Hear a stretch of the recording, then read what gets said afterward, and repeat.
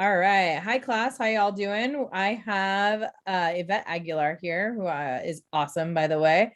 And she is a board certified behavior analyst. And we've actually worked pretty closely together throughout the years. And I just wanted her to be able to answer your questions, but she's going to tell you a little bit about what she does every day. So take it away, Yvette. Thank you, Nicole. Well, as Nicole said, I'm Yvette Aguilar. I am a board behavior analyst. I've been in the field for about 6 years. And basically, summing it up, I analyze behavior, I observe it, I take notes or what we call data on any environmental factors surrounding the behaviors of the students I work with. And then I analyze it over time. I'm currently working for a nonprofit school and consulting for applied behavior analysis therapy in the homes. Awesome. And so I'm going to get into my students' questions. They've asked a bunch of different questions for you about kind of your profession and different things. And of course, there's going to be things that come up along the way, because of course there is. So one of my students, her name is Litzy. She said, "What inspired you to choose this profession?" That's a really good question. What inspired me? Well, well, when you learn something, you can say that when you really learn something, you learn it, you keep that skill forever, let's say. Mm-hmm. So understanding the science of behavior and then using that to teach a skill and then to teach a skill to individuals with special needs, my mind just got blown up. I got so motivated because then I wanted to make change. Now I wanted to make a bigger change, and just thinking about how I was gonna be able to change someone's life, and then that change was gonna be affect the family was gonna be affected, and then the the lifespan of that individual being, benefit will would the individual will have a better lifestyle. It just gave me, I just got very motivated to go into this path. Mm-hmm. Yeah, absolutely. And same student, let's see, she also says, "I did let my students know that you are Spanish speaking first, right? So that you're born and raised in Mexico and then came here." So I gave them that information ahead of time, so because they get ask you specific questions about that. So let's see, asked, "What was the process of getting into the profession difficult due to a language barrier?" Well, transitioning into the States was challenging because of the language, but it has been very reinforcing because me being able to connect with the community and then making bigger changes and more impact in the community by promoting the science, it's been all worth it. Yes, it took me a while to become more fluent with the language and even understanding the academic systems, um, and then just understanding how pretty much policies in this field works. It's been challenging, but we adapt. But it's been all worth it because being able to promote the science with our community that only speaks Spanish has been, I guess, the most gratifying thing in my field. And you're giving a lot of those families a voice that didn't have it before as well. A lot of our families that are predominantly non-English speaking first, unfortunately, get taken advantage of. And some of these systems that are in place don't really benefit those families. So I love that Yvette is Spanish speaking, because she calls people all the time for me so that we can be on the same page with those families. But also it's just that consistency is there, right? And to being able to offer that to our families and explaining it into terms that is understandable, because a lot of a lot of the BCBA language is not understandable even in English, right? It's very complex, very, very complex. So I guess experiencing the transition of moving to the States and understanding how difficult that is, but yet back in the days when these type of therapies and these type of services began, a lot of people within the US started migrating to California to get these type of services. Mhm. It kind of clicked, and I was like, oh, well, a lot of people are coming to the state, to California, to get these type of services because they don't get it somewhere else. Correct. So it was kind of similar with me, like coming to the States to get higher education, but now I could only do it. I could also do it with individuals who need these type of services, but now I could do it in Spanish too. Mhm. I could promote, I could teach families how to understand their kids, how to help them and be more independent, how to how to teach them to have their own voice. Uh, Mhm. we come from, a learning history or maybe cultures of taboos about Mhm. maybe autism or, just individuals with special needs. And we assume a lot of things about them, and we don't give them enough credit. So I guess this disseminating the field and disseminating their capabilities has been great, Yeah, just great. awesome. My next student, his name is Jose, and Jose asks, this is an interesting question, by the way. He says, if you weren't a behavior analyst, what career would you choose? It is an interesting question because it goes back to what motivated me in this field, not only because understanding the science and I was like, oh my God, it makes so much sense in my head. Mhm. I was considering being a counselor for individuals who had substance abuse Mhm. problems, and knowing the circular treatment in their progress and the higher probabilities of them falling into, their routines with substance abuse. Mhm. I, I was like, no, I need to be in a field where I also feel some sort of reinforcement, and I stay in this field for, my lifetime.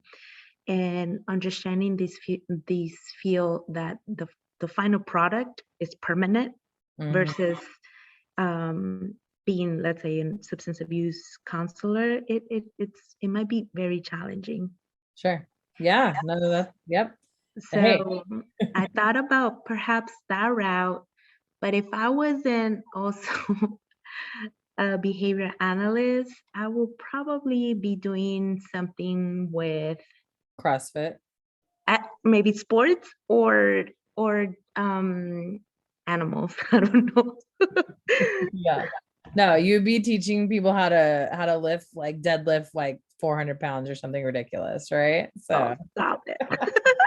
I do love fitness, and I do have to say, no matter where you go on your career paths, taking care of yourself mentally and physically would create a great balance on whatever you do. absolutely. I couldn't agree with more with that. You know that. So, all right, another question from Jose. He says, what's a goal or dream that you have not yet accomplished, but you would like to professionally? Wow, my skin just went like wow, what's the name of these students? Jose. Jose. Hmm. Wow, that's a beautiful question. I love it.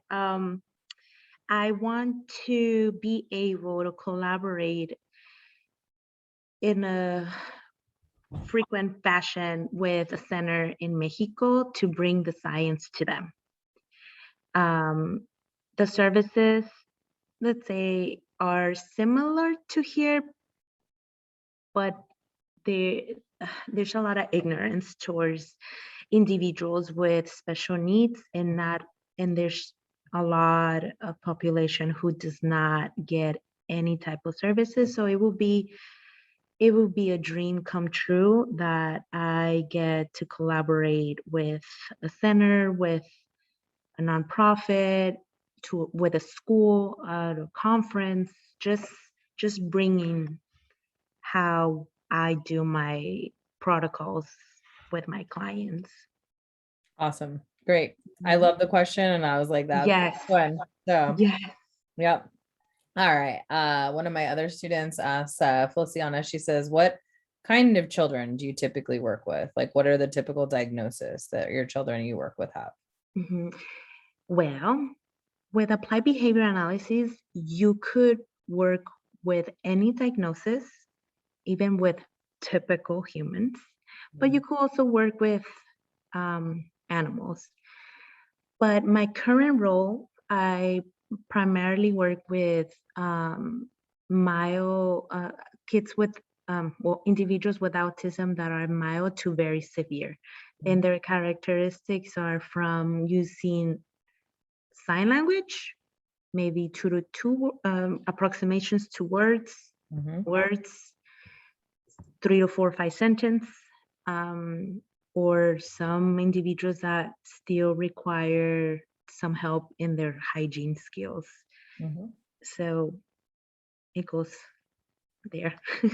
Yeah, It's a kind lot of of like a very variety. wide wide range, Yeah, right? So, and Feliciana also asked, what's your favorite part of working with children? I get to play. Right? I knew you were gonna say that. I knew it. You're like a big kid yourself. I get to play. I get to be silly. We go into our academic careers and we get so focused with the importance of requirements and the professional lifestyle that we want to hold, and we forget that there are some still characteristics that makes us humans, that makes us connect with whoever we are working with. And I am just lucky that I get to hold a lot of those characteristics in order to make my job go and work. And I guess that I get to play, I get to be silly, and it's very gratifying. Absolutely. We definitely get a little silly and like to play together as well with our kids and get Yeah, a little weird. Why not? it So, could be embarrassing sometimes. I leave my sides sometimes using the same tone of voice, which it could be a little bit like, or I'm like having a social adult time, whatever, with my friends, and I'm saying, and I caught myself saying like, "Good job," nice. You're trying to reinforce your friends. Yeah. and it's probably not the best, but Yeah. um, We are who we are. It happens. So, all right. Next question is from my student Natalie. She said, "What are some what are some challenges you face with your clients or kid or students?" Natalie, that's a really good question because as much as this field has a lot of gratifying situations and moments and things and ways to do things, we deal with humans with real lives. So the responsibility of taking care of the well-being of the person, it has to be always present. And we are humans too, so the room for error is there.